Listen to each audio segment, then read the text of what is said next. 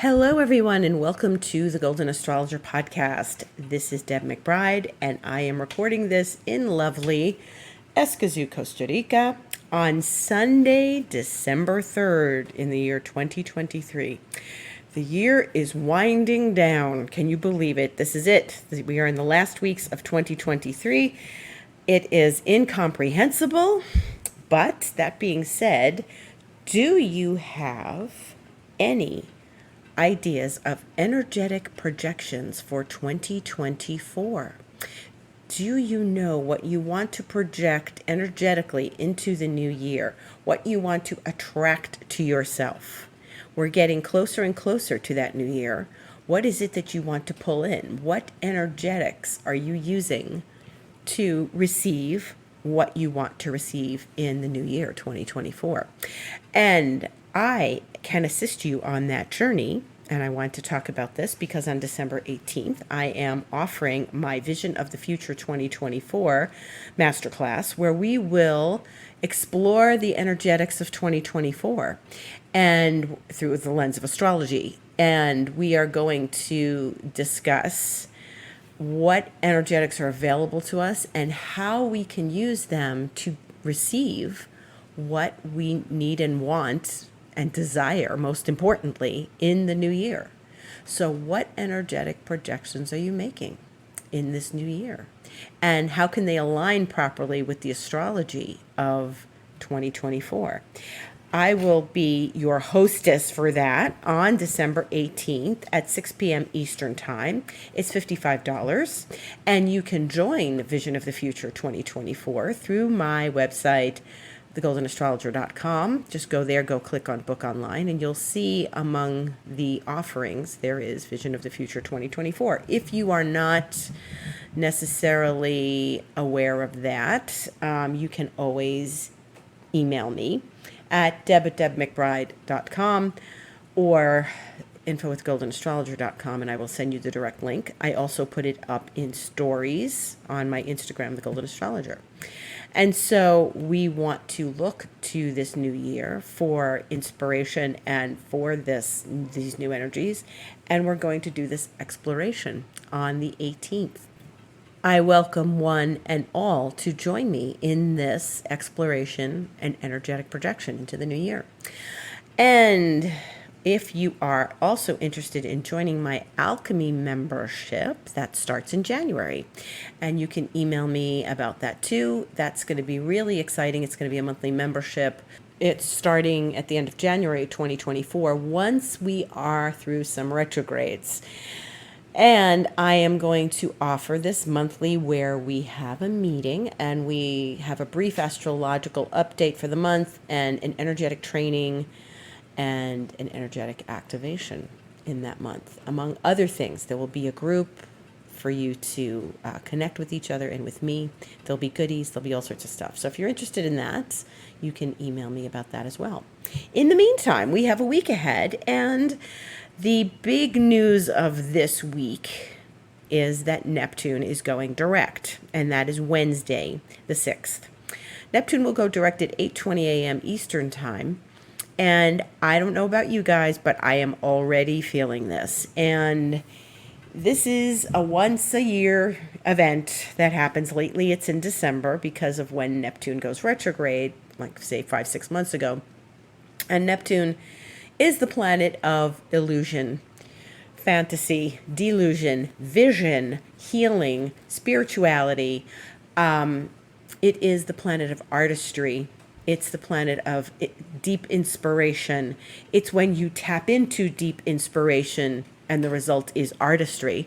And, sometimes Neptune is hard to grasp because its energy is elusive and it kind of sneaks up on you. So one of the things that I've had happen to me in the past is that, Neptune shifts direction, and I'm like, when did that happen? Because it does things sort of in the background of your life. It's subtle, it's elusive, and it's a bit insidious. So Neptune going direct this week, though, I can feel very strongly, and I have for the last few days. And, I can describe it in a nutshell, a seasickness.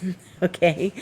And that seems kind of strange, right? Like I'm describing seasickness. And that's the way it's felt anyway to me.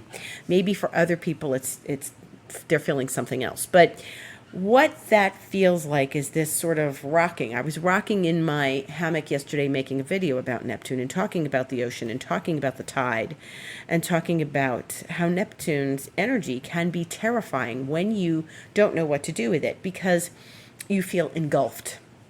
You can feel engulfed. You can feel like this experience is you're overwhelmed and you are drowning and you aren't sure how to move through and navigate this. Because with Neptune, you want to, you can't control it.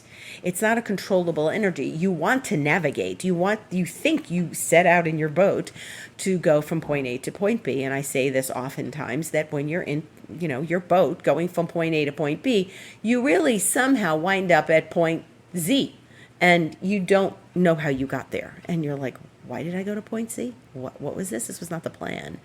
And it is something that needs to be, dealt with in a very manageable way. And the way to do that is go with the flow. It's going through the experience of allowing yourself to be present with it and not resisting it. And that is the key, to not resist Neptune. It's like resisting the ocean. It's like if you can't handle the ocean, don't go in it, right?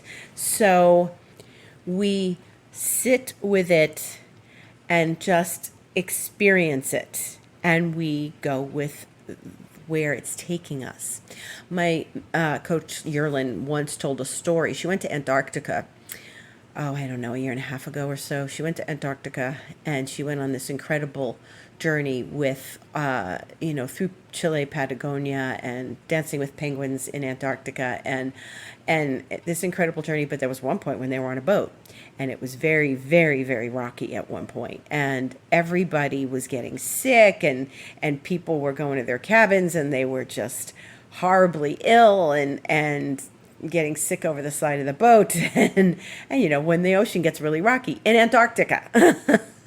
So she went to her cabin and she was like, oh my God, what am I going to do? Because this is the nature of, and this is described it exactly.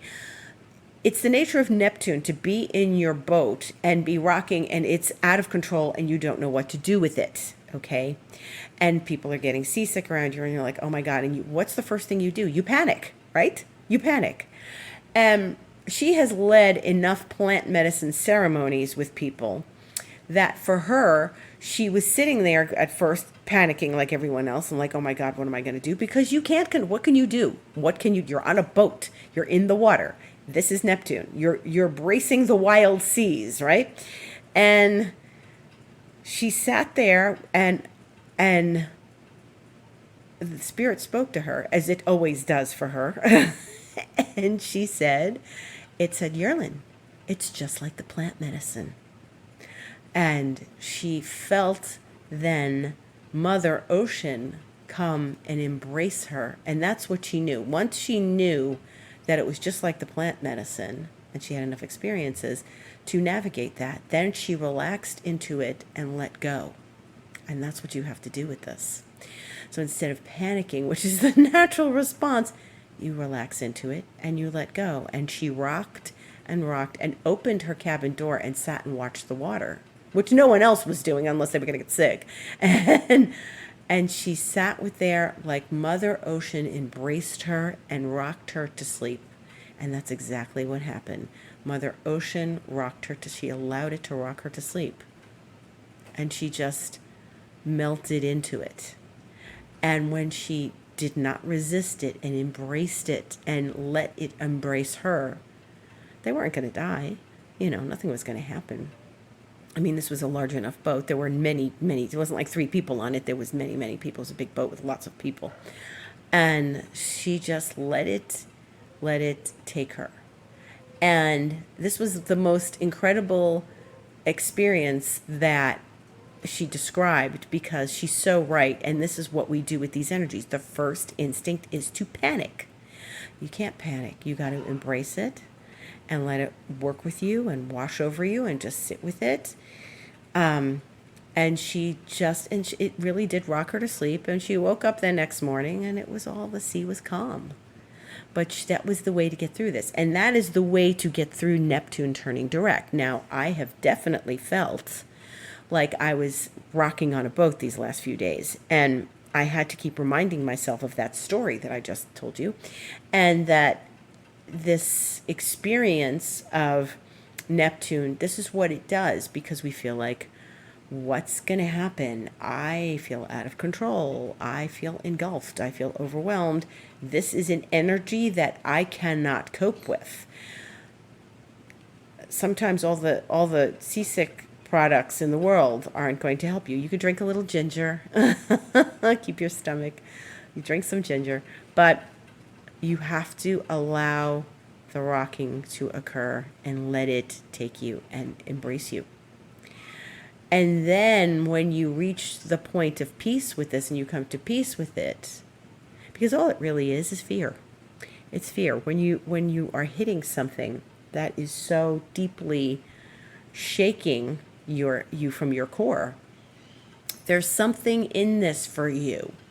There's something deep in this for you. Okay, Neptune's in its own sign of Pisces. This is all about the ocean and the water. Okay, and so we have to allow the rocky seas that we're being presented with for the next 4 days, today and the next 3, as Neptune goes direct, and then maybe even after that, the next day. Allow the rocky seas to embrace us and be present with it, okay? It's like the tide is coming over your head. That's what this feels like right now. Certainly that's what it feels like to me.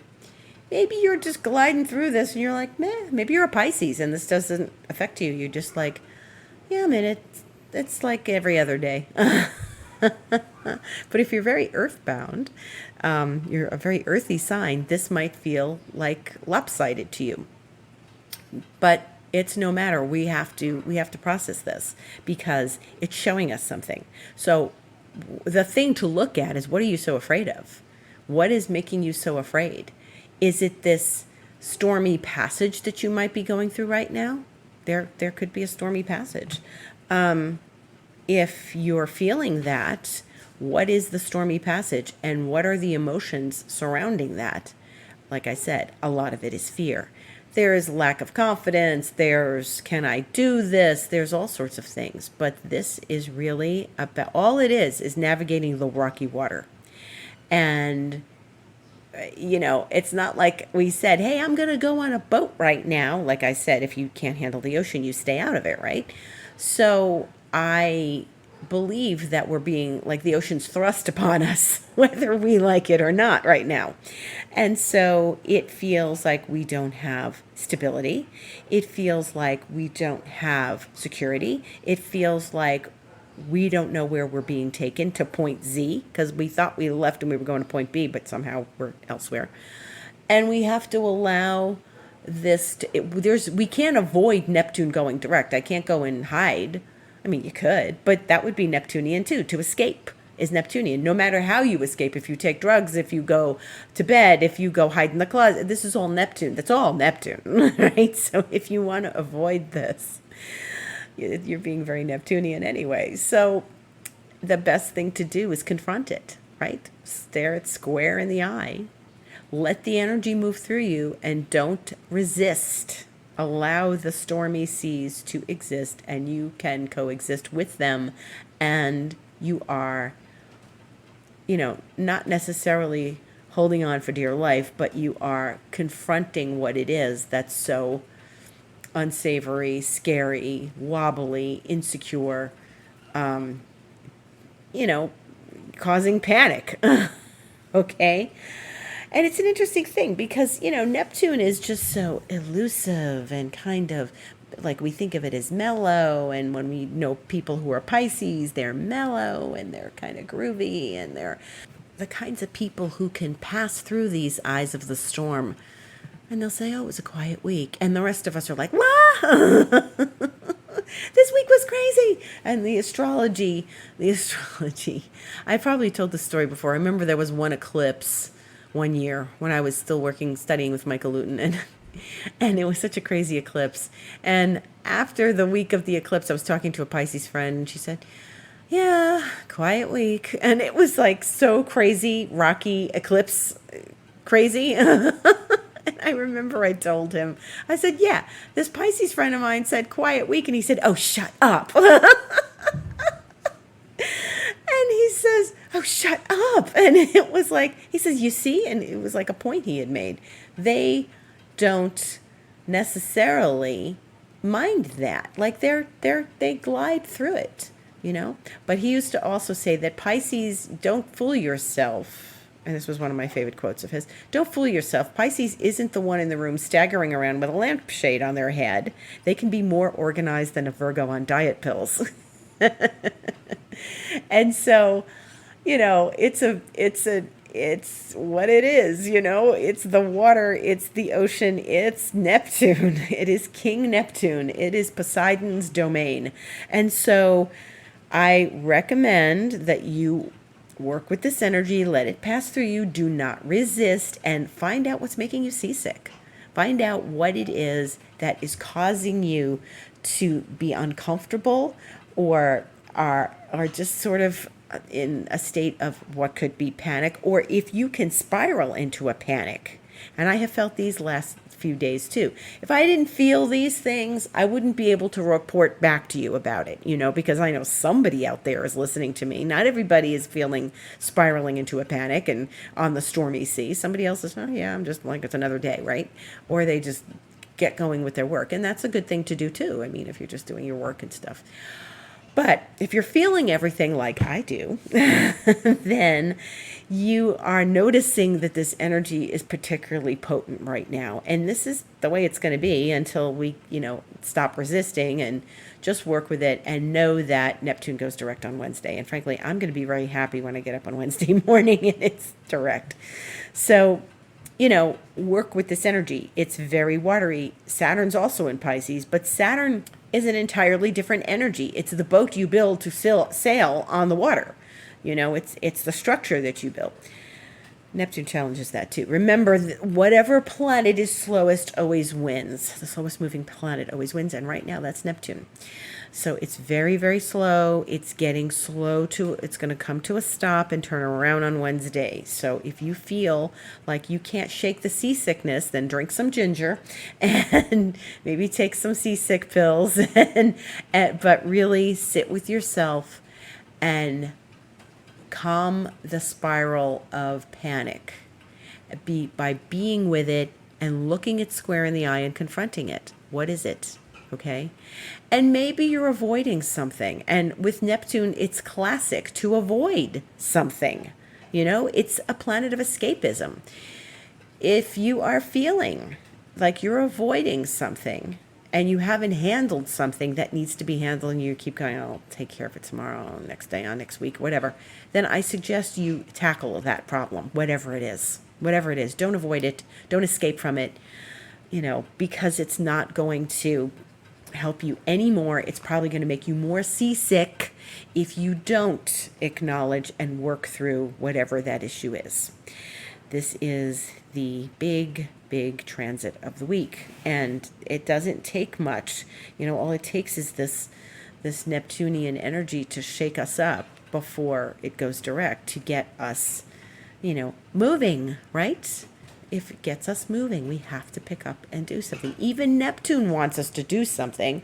And if taking action is going to get you out of that state of panic, then by all means take the action you need to, because that's going to relieve some of this, okay? And I know there's some action that we all have to take that probably we don't want to, but it's important. It's important to do that so we stop feeling seasick. In other planetary realms, Venus is finishing up her tour of duty in her favorite sign of Libra, one of her favorite signs. And tomorrow she will enter the sign of Scorpio at 1:51 p.m. Eastern Time. And Venus is in lovely Libra for another, less than 24 hours. And she's not at her best in Scorpio, okay? It's not her favorite sign. Not her favorite sign. But she manages, and she's very sexy in Scorpio, and she's very, mysterious and passionate and creative. Scorpio is a water sign, so we're getting more water in the sky, folks. Tomorrow, more water. I'm glad everybody's like listening to me going, are you crazy? There's more water, more seasick. But tomorrow she will be in Scorpio, and she will remain there until the 30th of December. So it's an interesting year end, but we're going to talk about that too as the month progresses. She's going to leave Scorpio. She's going to be in Scorpio all month. So, maybe Christmas gifts will be a little sexier or something. But she isn't in her favorite flavor because her favorite flavor is Taurus. And Taurus is the opposite sign from Scorpio. So I mentioned this a bit last week. She will be there all month, and she's going to give us more passion, maybe more inspiration, more depth. This is it. This is more depth. She's really going to be the last planet to go through Scorpio of the inner planets, because the sun is finished. It's in Sag. Mercury's finished. It's moved into Capricorn. Mars is finished. It's in Sag. So she's the last one in Scorpio, and she's going to give us that juicy Scorpio flavor, a little spicy. So allow the spice to come forward.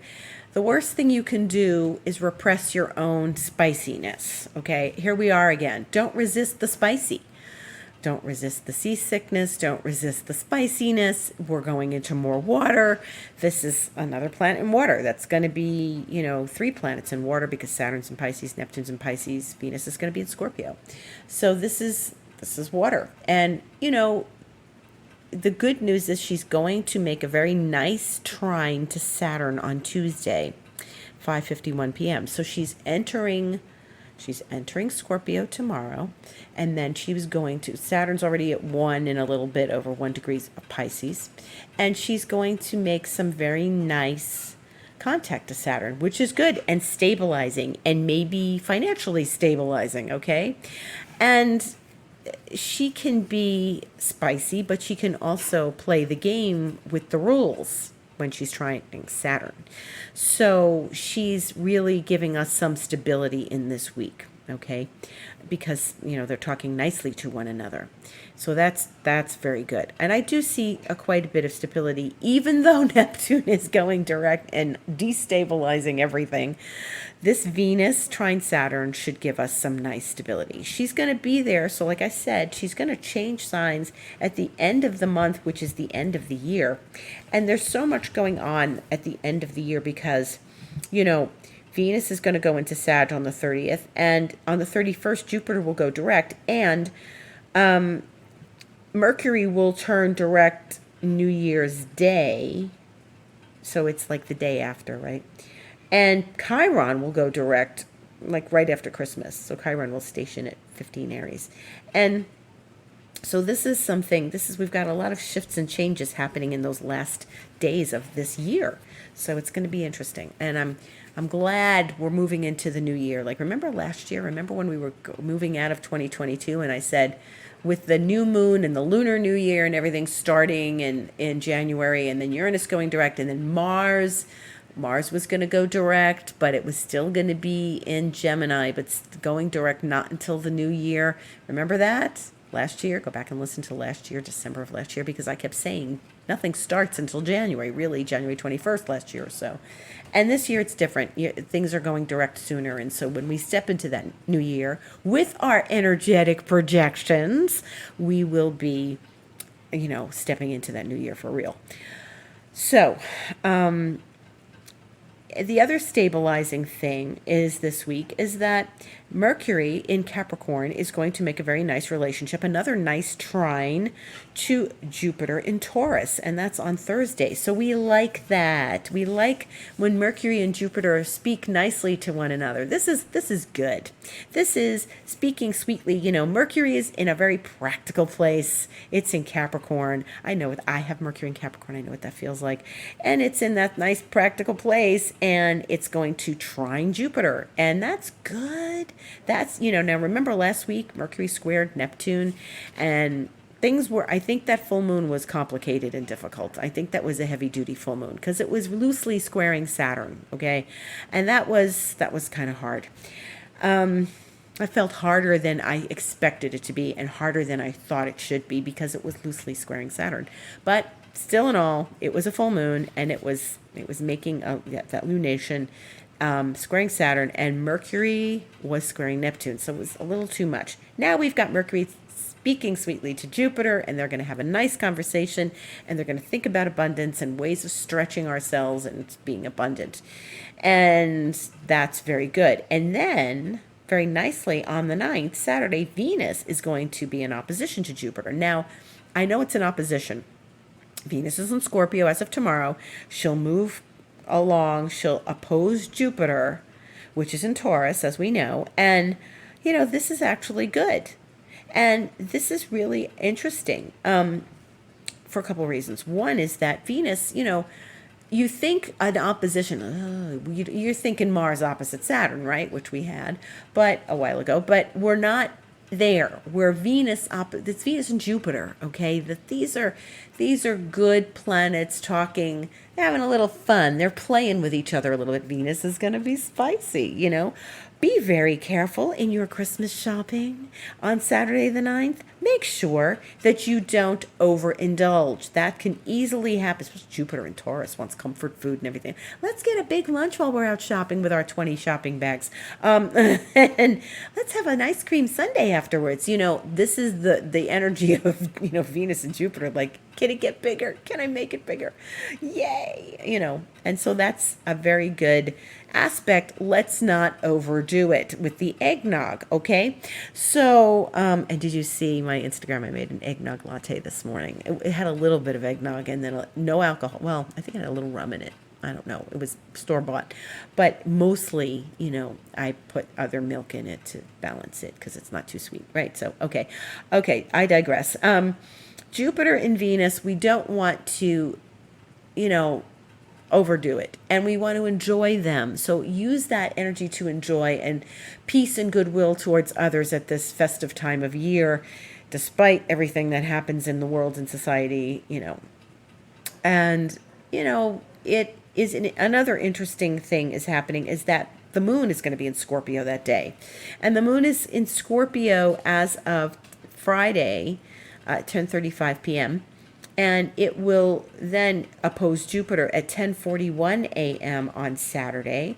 And then 12 hours later, Venus is going to be opposite Jupiter. Exactly. So it's happening pretty simultaneously. I can't say, well, Venus isn't really opposing Jupiter early in the day. Of course it is. It's, just not precise. It's not exact. So that means that the moon and Venus will be together opposing Jupiter. And I think that's going to be pretty good.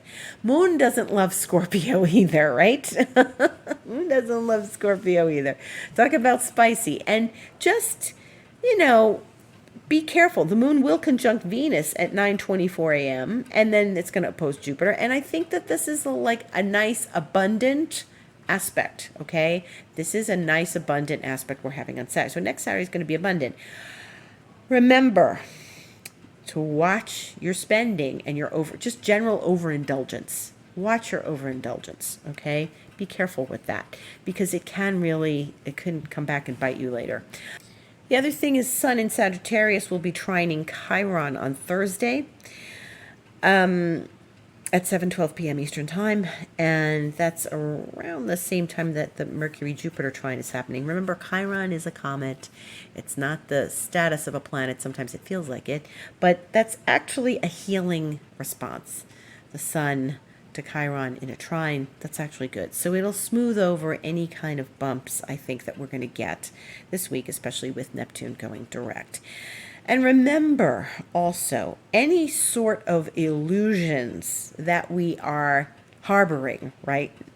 You want to be present with them and acknowledge them and take responsibility, okay? Venus and Saturn are trining. Take responsibility, because you don't want to harbor the illusions. As Neptune goes direct, they may come forward. But remember that you want to be present for yourself more than anything this week, and allow yourself to not resist the seasick, okay? Don't resist it. Be with it and let it cradle you and let it rock you to sleep. And that's the other thing. Neptune rules sleep and dreams.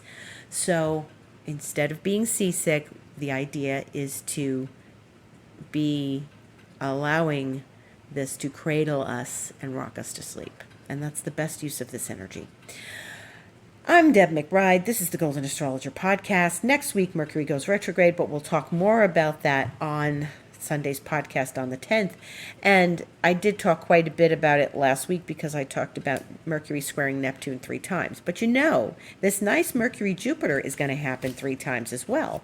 So notice that story as well. The Mercury-Jupiter trine that we're going to get on December 18th, when I have my Vision of the Future 2024 that you can join me for. We're going to have that Mercury trine Jupiter next week, and then it'll happen on the 18th in 2 weeks after we have it this week. So that'll be past number 2 when Mercury's retrograde, and then Mercury will do it again when it and Jupiter are both direct, and that'll be in January. So there's a little story there. It's probably milder. You won't notice it as much, but if that Mercury square Neptune, while Neptune is stationing, did trigger something, do pay attention to that and work with Neptune as I have just described, so that the next 2 passages are not as dramatic.